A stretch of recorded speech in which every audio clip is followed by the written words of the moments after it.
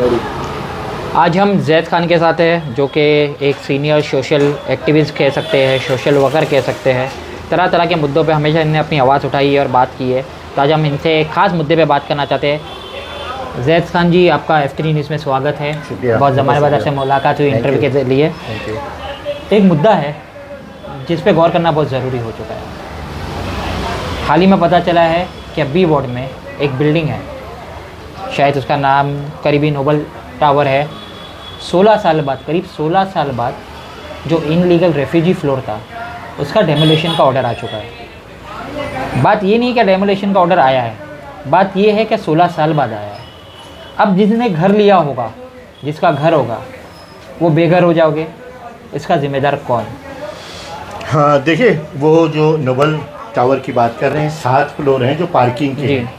Parking को सब इन लोगों ने, हमारे इलाके में मैक्सिमम तमाम बिल्डिंगों में तमाम पार्किंग इस तरीके से भेज दी जाती है।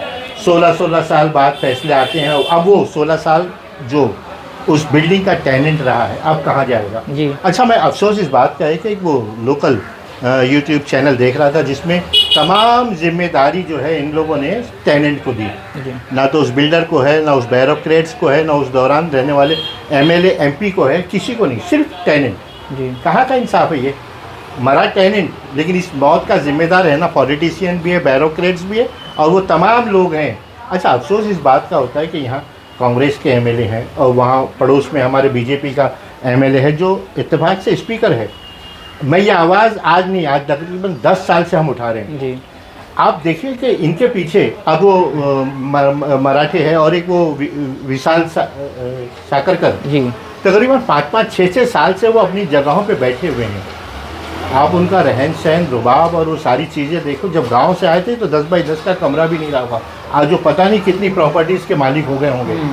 ये एक सोचने वाली बात है, एलिगेशन है। मतलब आप देखिए ना, अरे भैया, ऐसा है कि एक बिल्डिंग जो 2 माले की 10 माला बनती है, उसमें उनकी अगर वो 3 मरतबा भी अपनी सर्विस करेंगे और रिटायरमेंट लेंगे तो उतना पैसा नहीं मिलेगा जितना एक बिल्डिंग में मिलता है।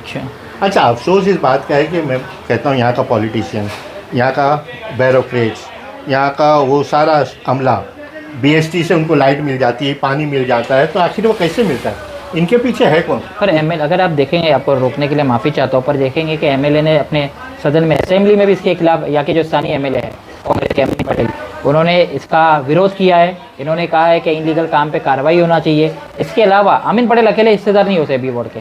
बी वार्ड में यहाँ के स्पीकर ऑफ जो हाउस है, जो सरकार में है, राहुल नार्वेकर जी है, वो भी है। इसके अलावा एक और एक चीज़ बता दो आपको, नितेश राणे जो बेबाक स्पीकर माने जाते हैं, अपने आप में बोलने के लिए स्पोक पर्सन है, वो उन्होंने आके भी धांधली की थी क्या बी वार्ड में इलीगल काम है। उसके बाद में बी वार्ड में कुछ तब्दीली नज़र नहीं आई। देखिए, मैं ये कहता हूँ, 4 टर्म के MLA हैं हमारे अमीन पटेल साहब, उनका बहुत बहुत शुक्रिया। उन्होंने असेंबली में आवाज़ उठाई, और एक नहीं, 2 मरतबा नहीं, कई मरतबा आवाज़ उठाई, लेकिन उनकी आवाज़ का असर क्यों नहीं है? वो आवाज़ बेअसर क्यों है?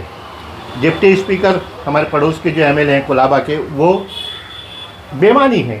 आपने नितेश राणे का नाम लिया, नितेश राणे आए, नितेश राणे 4 मरतबा अगर यहाँ आ जाएं तो क्या सूरत हाल होगी? 80-90 गैर कानूनी इमारतें हैं, हम उनका रोना रो रहे हैं। और आज तक अफसोस इस बात का है कि यहाँ के MP MLA, 2 मजबूत MLA हैं, उन लोगों ने इन गैर कानूनी कामों को रोकने का काम नहीं किया।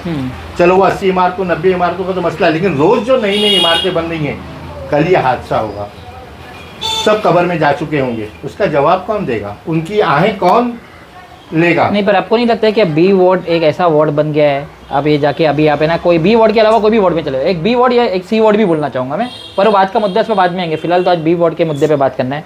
तो बी वार्ड और जो C वार्ड है, ये जो वार्ड में यहाँ के जो बैरोक्रेट्स है, ये वाकई में बहुत पावरफुल लोग हो गए, बहुत पावरफुल। कि ना इनको MLA का डर है, ना स्पीकर ऑफ हाउस का डर है, ना MP का डर है, ना मिनिस्टर का डर है, ना गवर्नमेंट का। अर्बन डेवलपमेंट मिनिस्टर जो अभी डिप्टी चीफ मिनिस्टर है, उस वक्त चीफ मिनिस्टर थे, उसके पहले जब अर्बन डेवलपमेंट मिनिस्टर थे, उन्होंने कहा कि हम कार्रवाई करेंगे।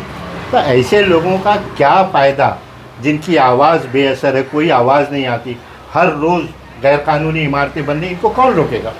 अच्छा, आवाम के पास इतना टाइम नहीं है कि वो जाके एहतजाज और प्रोटेस्ट करे। हमने 5 साल में सुबह से शाम तक लगकर जिनको वोट दिया, वो अगर इन चीज़ों को रोक नहीं सकते तो रिज़ाइन कर दें अपनी सीटों से, अपनी गद्दियों को छोड़ दें। क्या आप इस गैर कानूनी काम को रुका नहीं सकते? उसको 2 रोटी देना है। जैद भाई तो मेरा वही कहना है कि अच्छा, अभी दूसरी चीज़ हाँ, ये है कि फैसले जब 16-16 साल बाद आएंगे ना, तो लोगों की हिम्मत बनती है कि यार देखो वो तो रह रहे हैं, वो तो रह रहे हैं, उस बुनियाद पे लोग रहते उस भी पर हैं। एक्शन नहीं होता है। मेरा बोलना वही मतलब है ना जैद भाई कि बी वार्ड एक ऐसी है जिसमें एक स्टैंडिंग सरकार है, सरकार का एमएलए है। इसमें सर होता क्या है हाँ। कि काम जब शुरू होता है ना, हम्म। काम शुरू होने के बाद में वो 6-7 महीने तक अपने चलता है। 6 महीने बाद कोर्ट से रुजू होता है वार्ड, फिर वो उसको भेजता है। जब तक 9 माला बन चुका होता है और वो 9वें माले पे एक छोटे-छोटे होल करता है, उसके बाद में वो सारी चीज़ें कार्रवाई पूरी होती, फाइल बंद हो जाती। हम लोगों ने एक मरतबा कमिश्नर को लिखा था कि आज का जो कानून है वो इस लायक नहीं है कि गैर कानूनी इमारतों को रोक सके।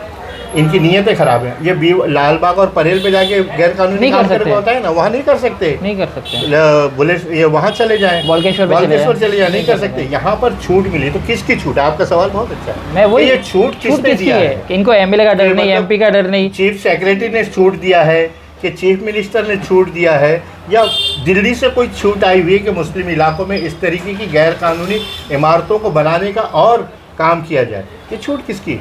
कभी खुदा न खास्ता इलेक्शन से पहले कोई बीजेपी का मजबूत कैंडिडेट आया कि 80 गैर कानूनी इमारतों में कितने वोटर्स हैं, उसकी छानबीन की जाए, क्या वो वोटर असली हैं या नकली। वो भी एक फिर सब रोना रोएंगे अकलियतों पे जुल्म हो रहा है। इसका अकलियतों पे जुल्म होने का मुजरिम जो है सबसे बड़ा ब्यूरोक्रेट्स और पॉलिटिशियन।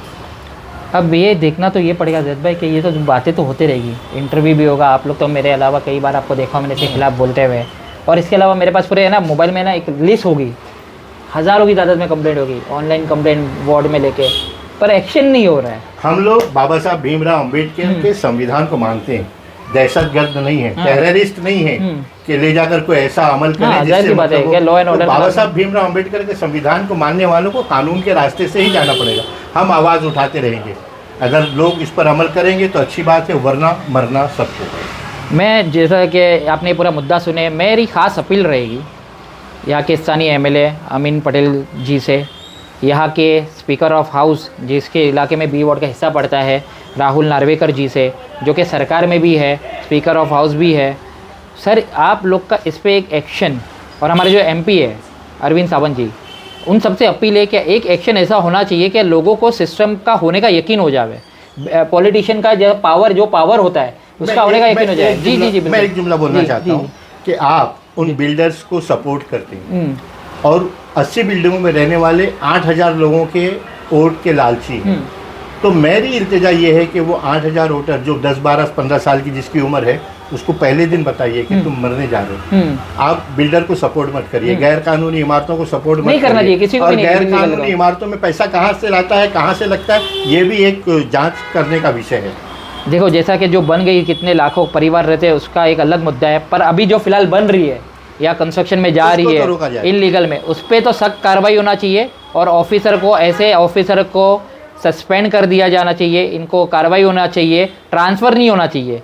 ये आज नहीं तो कल ये दूसरे को लाइन सिखाई 5-5 साल गए। से तो ये बैठे पैसे लेके जो कारोबार है, गोरख धंधा हो रहा है पैसों का, इलीगल पैसे से इलीगल काम हो रहा है, तो इस पर सख्त कार्रवाई होना चाहिए। और F3 न्यूज़ इससे जुड़े रहेगी कि आने वाले वक्त में वाकई में हमारे जो स्थानीय एमएलए अमीन पटेल जी और राहुल नार्वेकर जी और हमारे एमपी इस पर क्या कार्रवाई करते हैं, हम जल्द हमारे व्यूवर्स को बताएंगे। F3 न्यूज़ की तरफ से मैं Junesh Shaikh, thank you very much.